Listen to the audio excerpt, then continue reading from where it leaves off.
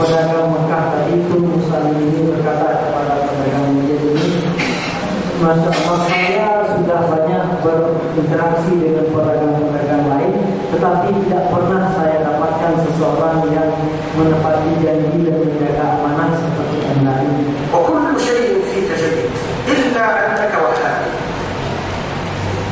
كل شيء فيك جيد إلا أنك وهابي. Apa kemudian katanya, segala sesuatu yang ada pada kamu, kata pedagang Mekah tadi, sangat baik sekali. Hanya satu saja salahnya, yaitu kamu Wahabi. قال له ما المشكلة؟ قال الوهابيون لا يحبون الرسول عليه الصلاة والسلام ولا يصلون عليه. لا يحبون الرسول ولا يصلون عليه صلى الله عليه وسلم. Kemudian orang Najd tadi pun bertanya, ada apa rupanya dengan Wahabi?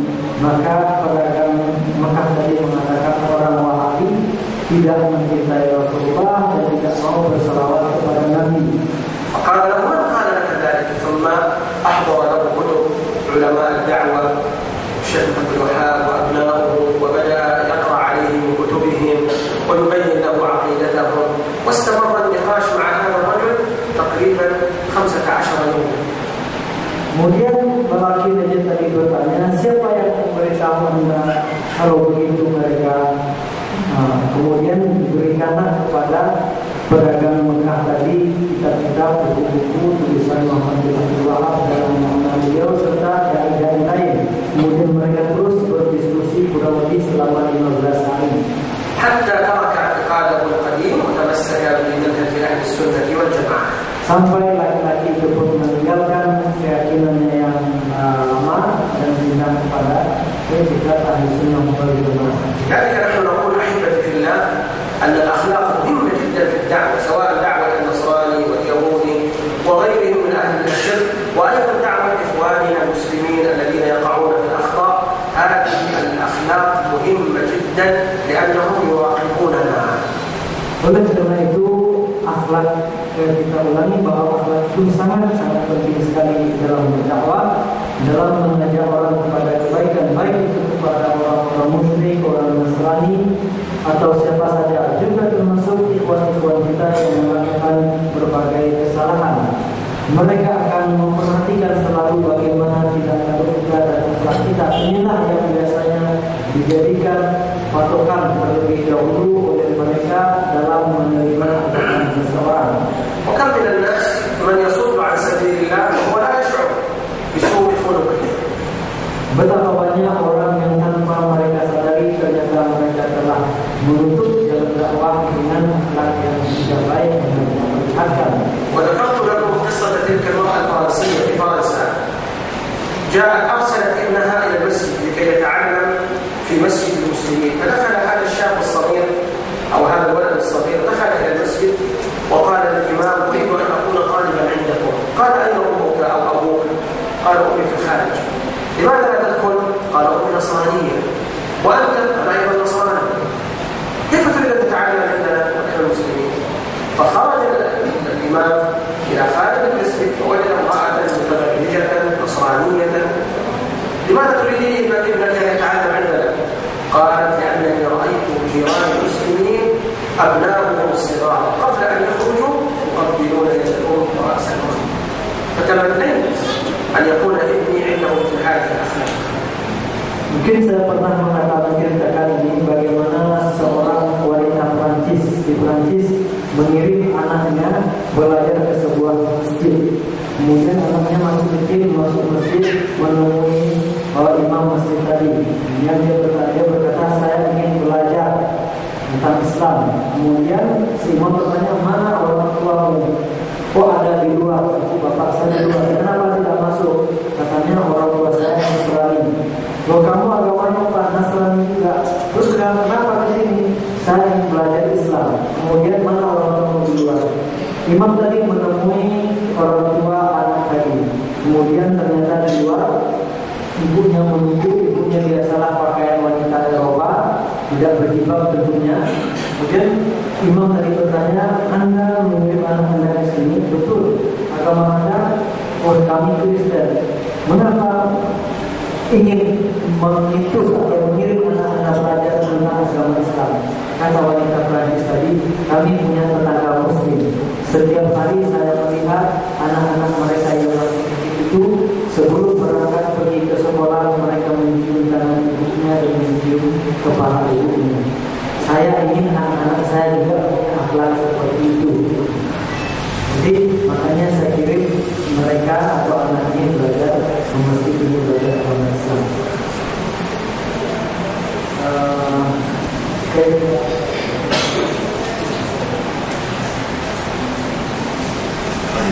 Kita lagi ada di hewan di buku mereka mati kemudian cuma ada di dalam dan kita bahwa ada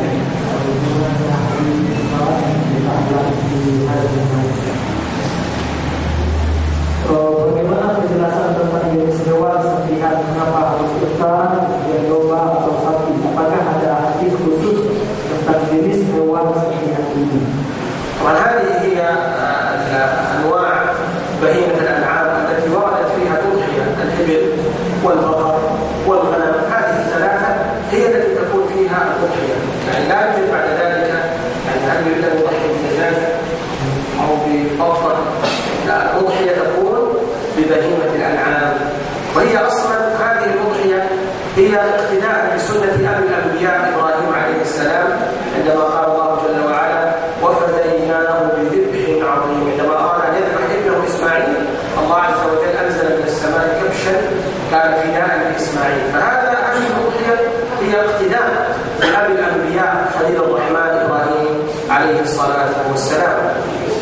Jadi jika kita kaitkan dengan masalah kurban, maka inilah memang itulah yang disebut tadi masalah, yaitu unta, kemudian sapi dan kambing dan seterusnya. Itulah yang disebut tadi masalah. Jadi ayam, kemudian bebek juga termasuk. Kemudian kurban ini pun kita mengikuti sunnah Nabi Ibrahim alaihissalam. Kita sudah tahu misalnya bagaimana ketika Ismail mau disembelih Allah turunkan domba sebagai penggantinya. ثم الأحاديث الصحيحة التي وردت أن النبي صلى الله عليه وسلم ضحى بكبشين أملحين، وأيضا أخبر النبي صلى الله عليه وسلم في الحديث الصحيح أن البقرة تكفي السبعة والجمل يكفي السبعة. وفعله صلى الله عليه وسلم وفعل صحابته الكرام طول التاريخ كل هذه من الأدلة على أن الأضحية تكون ببهيمة الأنعام من الإبل والبقر والغنم. Kemudian juga dari sunnah Nabi Muhammad SAW bisa perhatikan bahwa Rasulullah berkurban sebutkan dengan 2 ekor والبقرة تكفي 7 والجمل dengan 2 ekor kambing yang warnanya campuran hitam putih. Kemudian juga Rasulullah mengatakan 1 ekor unta cukup untuk 7. Kemudian 1 ekor sapi juga cukup untuk 7 orang berkorban. Kemudian sahabat-sahabat juga berkorban yang mereka korbankan itu antara bedanya kalau kita unta, kalau sapi berkorban, kambing atau domba. Inilah yang disebut dengan bani bersultanah.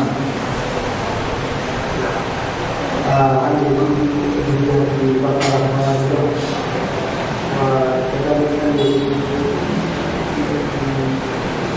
Kita lihat di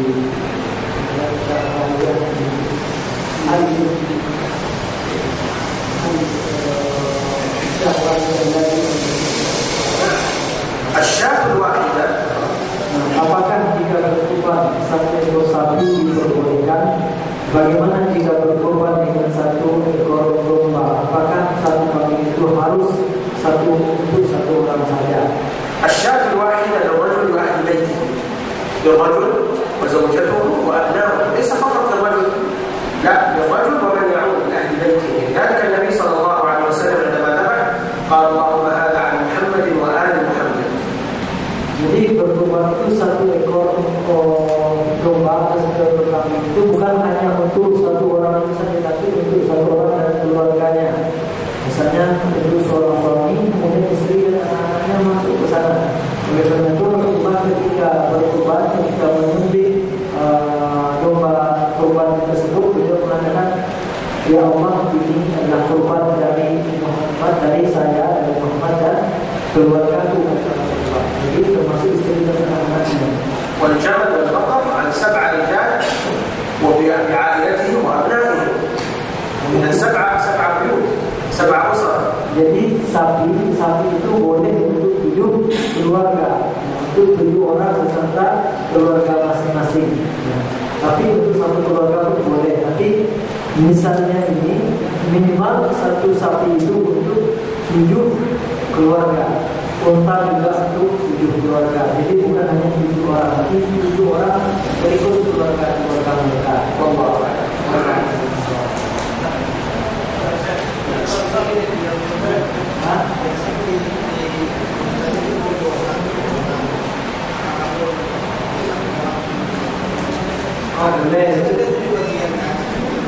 Jadi kalau dalam hadis itu begini dia, kalau bisa satu ekor unta, tak bisa satu ekor unta, satu ekor sapi, tak bisa satu ekor sapi, satu ekor domba, tak bisa satu ekor domba, satu ekor kambing, tak bisa itu 1/7 unta, tak bisa 1/7 sapi. Kalau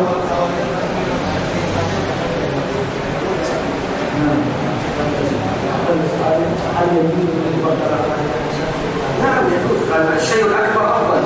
Jadi semakin besar dia semakin bagus. Satu orang pun 10 ekor unta tak masalah.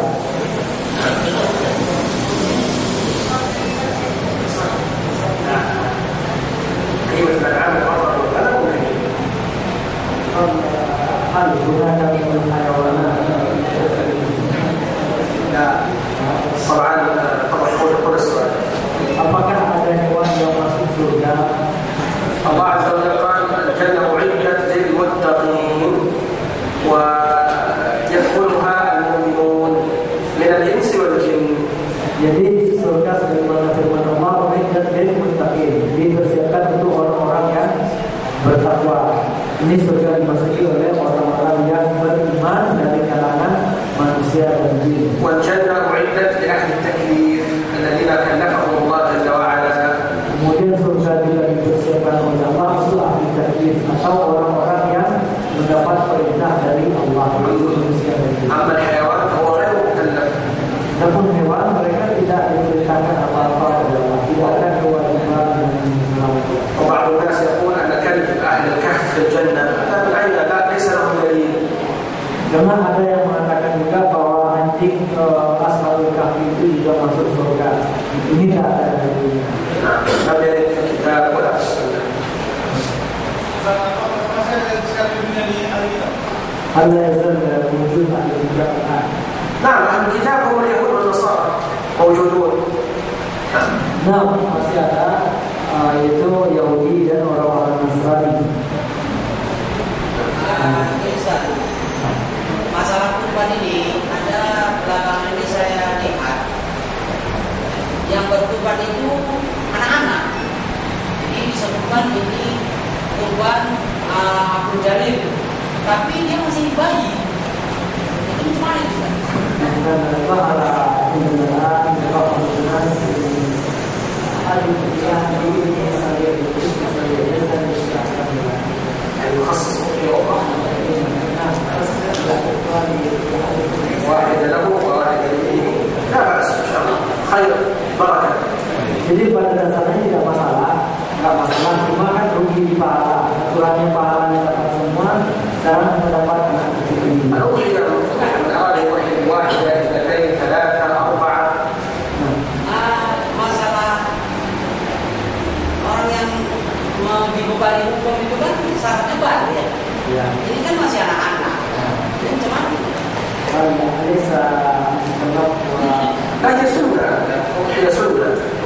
الأضحية سنة. فمن أراد أن يضحي عن ابنه الصغير يضحي عن ابنه الصغير. jadi pada asalnya kurban atau dia itu hukumnya tidak sunnah. Artinya siapa yang ingin berkurban itu anak yang ini silakan saja, pahalanya juga dia dapatkan. Ya, pahala lihat ini untuk anaknya, sementara untuk dia pahala telah melaporkan jalan anaknya itu untuk dia. وليس بشروطها البلوغ. Dan tidak termasuk syaratnya itu harus balik, tidak. Tapi ya sebenarnya rugi lah itu rugi. Artinya pahalanya bisa dibagi untuk semua.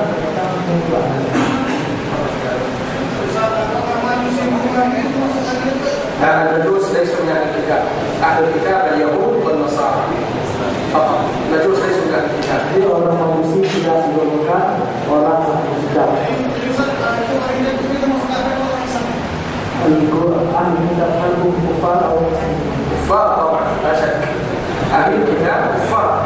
Jadi mereka kafir, sudah bukan muslim. Jadi dia diistimewakan sedikit, ada beberapa istimewaan. Itu diantaranya itu pemilihannya boleh kita makan, wanitanya boleh dinikahi.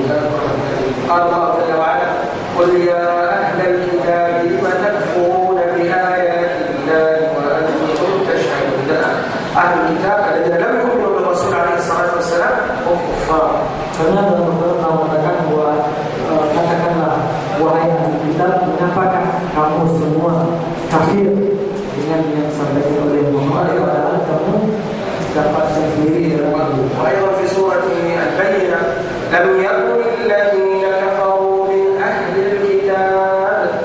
Dan demikian juga dalam surat Al-Bayyinah Allah mengatakan lam yakunil ladzina kafaru min ahli kitab, orang kafir dari orang ahli kitab. كل من لم يؤمن برسول الله صلى الله عليه وسلم ويقول أشهد أن لا إله إلا الله وأن محمدا رسول الله فليس بمسلم. Jadi setiap orang yang tidak beriman dengan Allah, tidak mengucapkan asyhadu an la ilaha illallah wa asyhadu anna Muhammadar Rasulullah, mereka adalah kafir.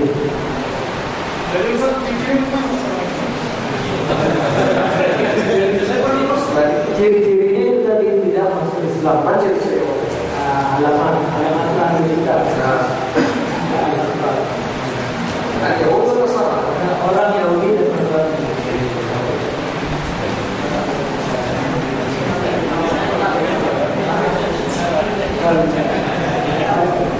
Ayyuhuma aula al-ilma aw al-iman aw al-shari'ah. طبعا هذا سؤال كثير يسأل الناس الأضحية أو العقيقة.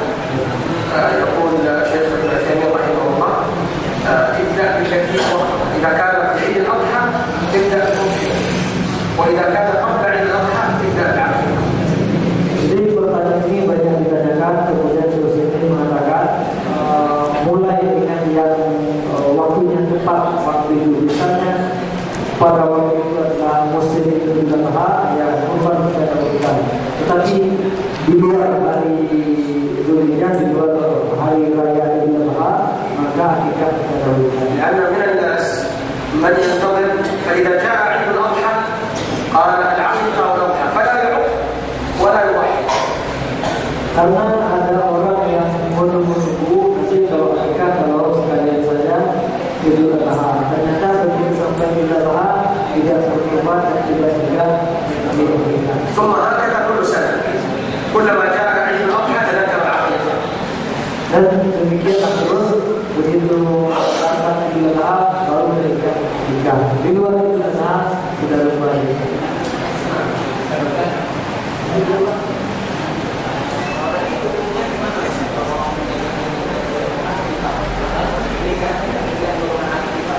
حكم النكاح لأهل الكتاب يجوز النكاح لأهل الكتاب كما قال الله عز وجل والمحصنات من المؤمنات والمحصنات من الذين أوتوا الكتاب من قبلكم لكن بشرط أن تكون محصنات، يعني يهودية نصرانية ولكنها محصنة لا تقع في الزنا. إذا وجد مثل هذه المرأة يجوز النكاح بها صحيح. Jadi menikah dengan wanita ahli kitab, laki-laki muslim, perempuan yang ahli kitab itu boleh. Dan ini tadi yang dibacakan al-muhsanat. Dia wanita-wanita terhormat yang terjaga kehormatan mereka. Artinya ahli kitab dengan tidak melakukan perbuatan keji, tidak berzina, tidak melakukan pergaulan bebas, macam tapi yang wanita yang salehah. النبي صلى الله عليه وسلم تزوج إحدى نسائه كانت يهودية ثم أسلمت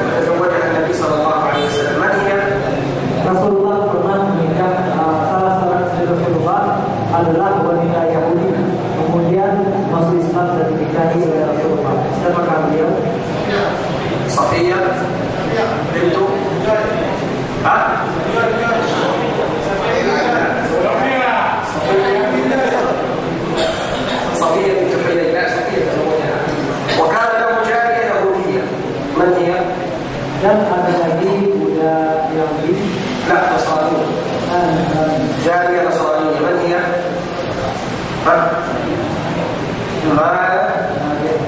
هو إبراهيم عليه السلام. إبراهيم عليه السلام جارية نصرانية كانت لرسول الله صلى الله عليه وسلم. وصفية رضي الله عنها إحدى المرات إحدى نساء النبي صلى الله عليه وسلم قالت لها يهودية، أنت يهودية. فذهبت إلى النبي صلى الله عليه وسلم تبكي تشتكي أن فلانة قالت لي أنت يهودية. فقال لها النبي صلى الله عليه وسلم قولي لهم أنا زوجي نبي وعمي نبي وأنا ابنة نبي. Jadi Safiyah Ummul Mukminin, beliau pernah ala mungkin ceritanya dengan istri-istri Nabi yang lain. Kemudian istri-istri Nabi yang lain memanggil beliau ente Yahudi, kamu Yahudi. Terus kata beliau sedih kemudian mengaku kepada Nabi Muhammad SAW. Rasulullah berkata kepada beliau, katakan kepada mereka, saya suami saya Nabi, kemudian paman-paman saya juga Nabi, ayah saya juga Nabi. Paman Abuha? Nah, siapa ayahnya? Man Abuha? Man Abuha? Lesa Abuha mubasharatan. Ini maksudnya bukan ayahnya langsung begini, ayahnya siapa?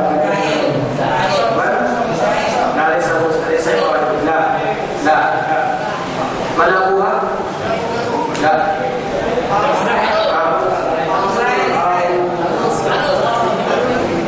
هي من ذرية هارون.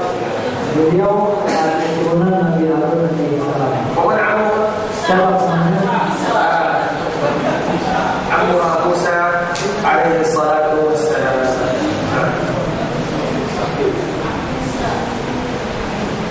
طيب هل هناك سؤال ولا نكتفي؟ أصل هذه النساء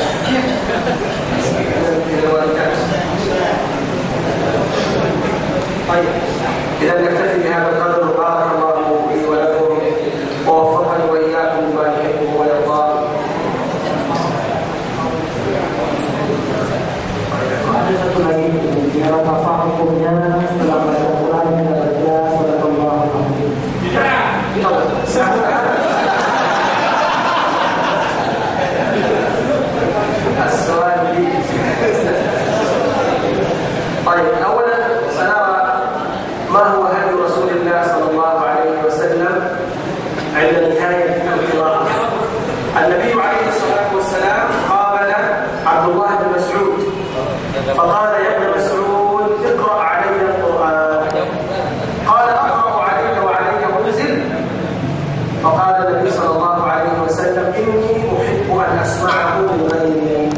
فقرأ عبد الله بن مسعود من أول سورة النساء إلى أن وصل إلى قول الله تبارك وتعالى أعوذ بالله من الشيطان الرجيم فكيف إذا جئنا من كل أمة بشهيد وجئنا بك على هؤلاء شهيدا. عند ذلك النبي صلى الله عليه وسلم قال له حسبك. ثم نظر إليه عبد الله بن مسعود فإذا عيناه تذرفان يبكي عليه الصلاة والسلام. الشاهد من هذا أن النبي صلى الله عليه وسلم قال له حسبك. وتوقف عبد الله بن مسعود لم يقل صدق الله العظيم.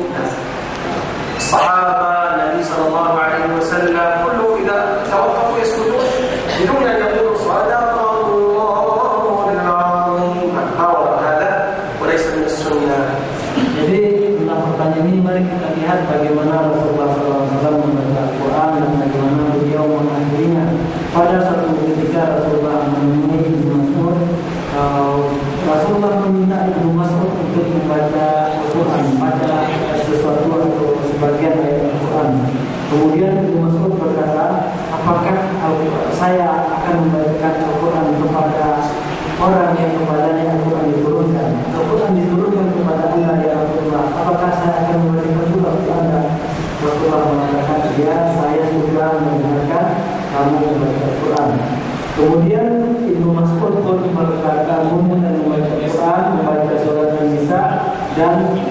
berhenti sampai ayat yang dibacakan oleh beliau tadi, Usman barusan.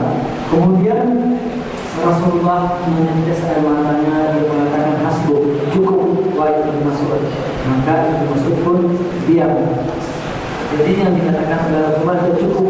Dan Ibnu Mas'ud selesai membaca, beliau diam saja, tidak ada membacakan sallallahu alaihi wasallam. Jadi khairul hadi, petunjuk terbaik bagi kita dalam segala hal, apalagi dalam membaca Quran, adalah petunjuk yang diberikan oleh Rasulullah. Di mana dalam hal ini Rasulullah beserta para sahabatnya tidak pernah mempraktikkan sallallahu alaihi wasallam. Nasallallahu an yuwaffiqana lima yuhibbu wa yardah. Kita berdoa kepada Allah Subhanahu wa taala memberikan taufik kepada kita mendapatkan hal-hal yang diridai dan dicintai. Allahumma hdina li ahsani al-akhlaq, la yahdi li ahsaniha illa ant. Ya Allah, berilah kami limpahkanlah kepada kami akhlak yang baik, karena sesungguhnya tidak ada yang bisa